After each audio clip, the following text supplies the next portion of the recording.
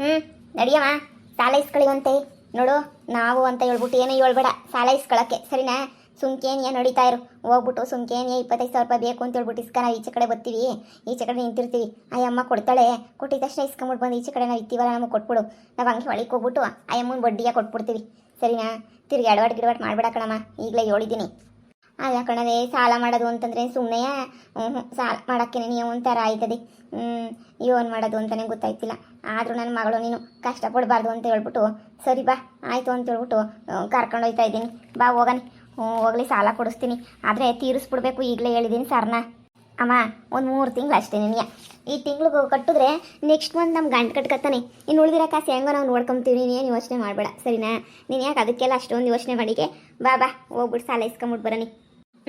ನೋಡಿ ರಮ್ಯಾ ತಾಯಿ, 25,000 ಅಲ್ವಾ?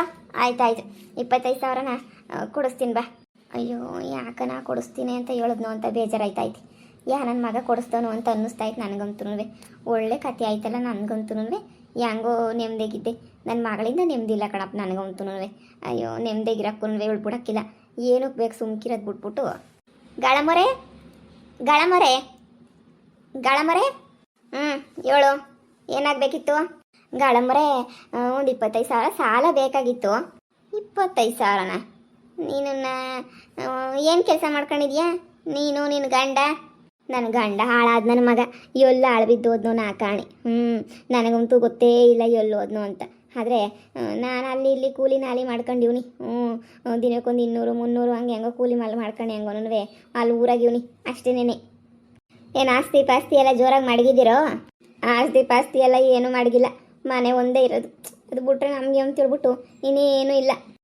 ಏನಿನ್ನ ಅದೊಂದೇ ಇರೋದು, ಇನ್ನೇನು ಇಲ್ಲ ಅಂತ ಅಂದಮೇಲೆ ನೀನು ನನ್ನ ಸಾಲ ಎಲ್ಲಿಂದ ಕೊಡಲಿ? ಸಾಲ ಯಾಕೆ ಕೊಡಲಿ ನಿನಗೆ? ನೋಡು, ಒಳ್ಳೆ ಮನೆಯರಾಗಿರಬೇಕು.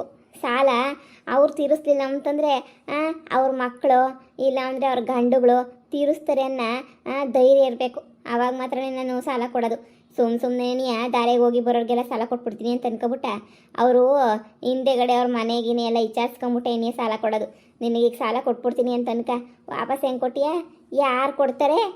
ಹಂಗನ್ಬೇಡ್ರಿ ಗಳಮೊರೆ, ಭಾಳ ಕಷ್ಟದಾಗಿದ್ದೀವಿ ನಾವಂತೂ. ನನ್ನ ಮಗಳವಳೆ, ಬೇಕಾದ್ರೆ ನನ್ನ ಮಗಳು ತೀರಿಸ್ಕೊಂತಾಳೆ. ನನ್ನ ಮಗಳು ಒಳ್ಳೆ ಮನೆಗೇನೆ ನೀ ಅವಳಲ್ಲ, ಅವಳು ತೀರಿಸ್ಕೊತಾಳೆ, ಏನು ತೊಂದರೆ ಇಲ್ಲ. ಯಾವ ಮನೆಗೆ ಅವಳು ಹೇಳು? ಏನು ಹೆಸರು? ಯಾವ ಊರಾಗಿರೋದು? ಅದು ಅದು ಬಿಡಿ, ಅದೆಲ್ಲ ನಿಧಾನಕ್ಕೆ ಹೇಳ್ತೀನಿ. ಈಗ 25,000 ರೂಪಾಯಿ ಕೊಡ್ತೀರಾ ಹೇಳಿ?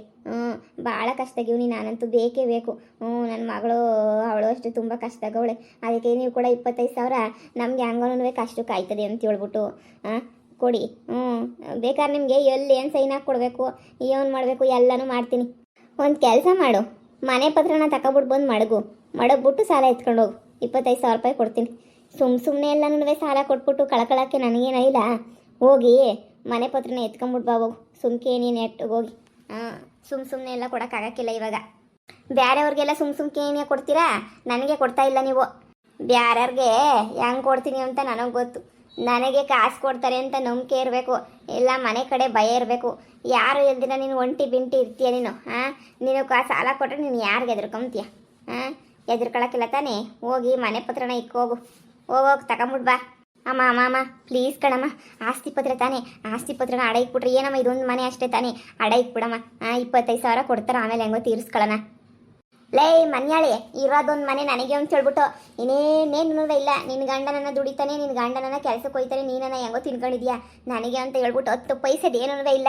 ಇಡೀ ಪ್ರಪಂಚದಾಗ ನನಗೋಸ್ಕರನೇ ಐತಿ ಅಂದರೆ ಅದು ಮನೆ ಮಾತ್ರ. ಲೈ ಹೋಗೆಲೈ ಮುಚ್ಕೊಂಡು ನೆಮ್ಮದಿಗಿವ್ನಿ. ಹೆಂಗೋ 2,000 ರೂಪಾಯಿ ಬರ್ತದೆ. ಆರಾಮಾಗಿ ತಿನ್ಕೊಂಡು ರೇಷನ್ ಅಕ್ಕಿ ಕೊಡ್ತಾರೆ, ತಿನ್ಕೊಂಡು ವಾರಕ್ಕೊಂದು 2 ಸಲ ಕೂಲಿಗೆ ಹೋಗ್ಕೊಂಡು ಹೆಂಗೋ ಒಮ್ಮಿಕೊಂಡು ತಿನ್ಕೊಂಡು ಬಿದ್ದೀವ್ನಿ. ಇನ್ನು ಈ ಮನೆನೂ ಕಳ್ಕೊಂಡು ಅವಮ್ಮಂದು ಮನೆನೂ ಕಿತ್ಕೊಂಡು ಹೋಗಿ ನಾನು ಬೀದಿಗೆ ಹಾಕ್ಲಿ, ಬೀದಿನಾಗ ಬಿದ್ದುಬಿಡ್ತೀನಿ. ನೋಡು, ನನ್ನ ಜೀವನದಾಗಿರೋದು ಈ ಮನೆ ಒಂದೇ ನೆನೆಯ. ಇದು ನೆಮ್ಕೊಂಡು ನಾನು ಆರಾಮಾಗಿ ನೆಮ್ಮದಿಯಾಗಿ ಇವನು ಇದು ನೆಮ್ಕೊಂಡೇನೆ. ಇನ್ನು ನೀನು ಕೊಟ್ಬಿಟ್ಟು ನಿನ್ನ ಸಾಲಗೋಸ್ಕರ ಆ ಕಾರ್ಗೋಸ್ಕರ ಹೋಗತ್ತಾಗೆ ಮಾರ್ಕ ಹೋಗು. ಸುಮ್ಕೆನೆ ನಂಗೆ ತಿಕ್ಕಿಸ್ಬೇಡ. ಓಹೋ ಅಲ್ಲ, ಹೋಗಿ ಹೋಗಿ ಹೋಗಿ ಮನೆ ಪತ್ರವ ಕೊಡು ಅಂತಾಳೆ ಆ ಕಿತ್ತೋದಳು. ಮನೆ ಪತ್ರವ ಕೊಡೋಕೆ ಆಯ್ತದೆ? ನಾನು ಕೊಡೋಕ್ಕಿಲ್ಲ ಮನೆ ಪತ್ರವ. ನನ್ನ ಜೀವನಕ್ಕಿರೋದು ಇದೊಂದೇನೆಯ. ಅಮ್ಮ ನಿನ್ನ ಮಗಳಿಗೋಸ್ಕರ ಇಷ್ಟು ಮಾಡೋಕ್ಕಾಗಲ್ವೇನಮ್ಮ?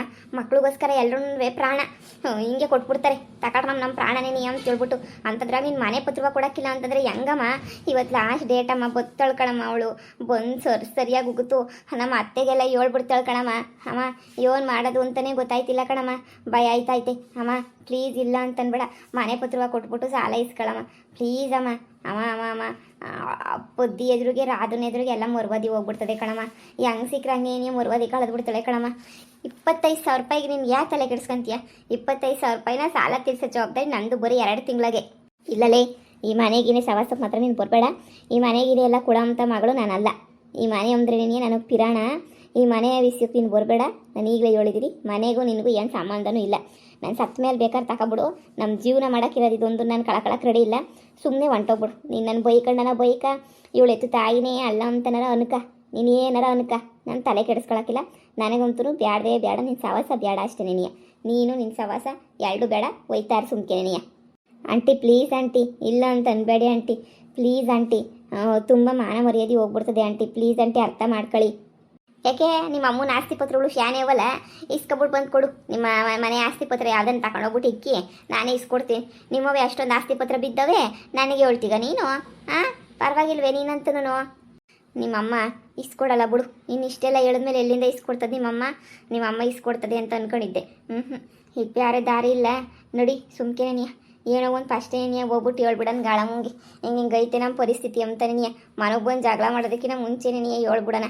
ಯಾಕೆ ಬೇಕು ಸುಮ್ಕೆನೇ ನಮ್ಮ ಹತ್ರ ನಾವು ಸುಮ್ಮನೆ ಉಗಿಸ್ಕೊಂಡು ಇದು ಮಾಡೋದಕ್ಕೆ ಬೇಡ ನೋಡಿ. ಸುಮ್ಮನೆ ಏನೋ ಒಂದು ಹೇಳ್ಬಿಡ, ನಂಗೆ 10,000 ಬಡ್ಡಿ ಕಟ್ಟೋಕ್ಕಾಗಕ್ಕಿಲ್ಲ, ನೀವು ಕಾರ್ ತಗೊಂಡು ಓಡಾಡ್ಸಿದ್ರಲ್ಲ ಅದಕ್ಕೆ ಸುಮ್ಮನೆ ಆದ್ವಿ ಅಂತ ಹೇಳ್ಬಿಟ್ಟು ಏನೋ ಒಂದು ಹೇಳೋಣ ನೋಡಿ.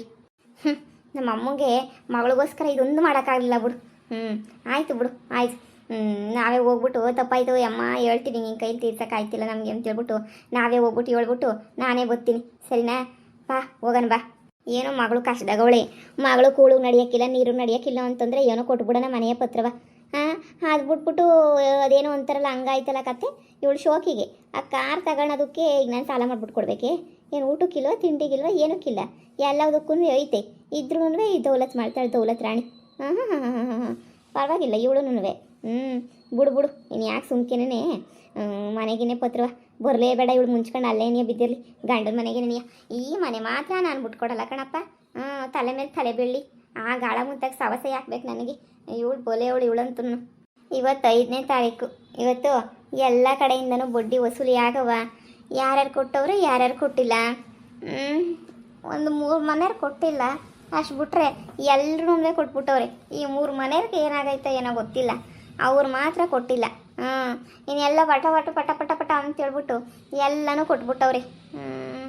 ಬಿಡು, ಇನ್ನು ವಸೂಲಿ ಮಾಡ್ಕೊಂಬಿಟ್ಟು ಬರಬೇಕಲ್ಲ, ಹೋಗಿ ಒಬ್ಬೊಬ್ರದ್ದೇ ವಸೂಲಿ ಮಾಡ್ಕೊಂಬಿಟ್ಟು ಬಂದ್ಬಿಡೋಣ ಹೋಗಿ. ಅಮ್ಮ ದುಡ್ಡು ವಸೂಲಿ ಮಾಡೋಕೆ ಹೊಂಟ? ಇನ್ನೇನು ಮಾಡೋಕ್ಕಾಯ್ತದೆ? ಯಾವುದೋ 3 ಮನೆಯವ್ರು ಕೊಟ್ಟಿಲ್ಲ, ಹೋಗ್ಬೇಕು. ಹೋಗ್ಬಿಟ್ಟು ದುಡ್ಡು ವಸೂಲಿಯೇ ಮಾಡ್ಕೊಂಬಿಟ್ಟು ಬರಬೇಕು. ಯಾಕಮ್ಮಿ ನೀನು ಬತ್ತಿಗೆ? ಇಲ್ಲೇನಿಯ ಪಕ್ಕದೂರಾಗೆ ಚೊಕ್ಲಿ ಅವೆಲ್ಲ ಮಾಡ್ತಾರಂತೆ ಕಣಮ್ಮ, ರವೆ ಉಂಡೆ ಎಲ್ಲ ಮಾಡ್ತಾರಂತೆ.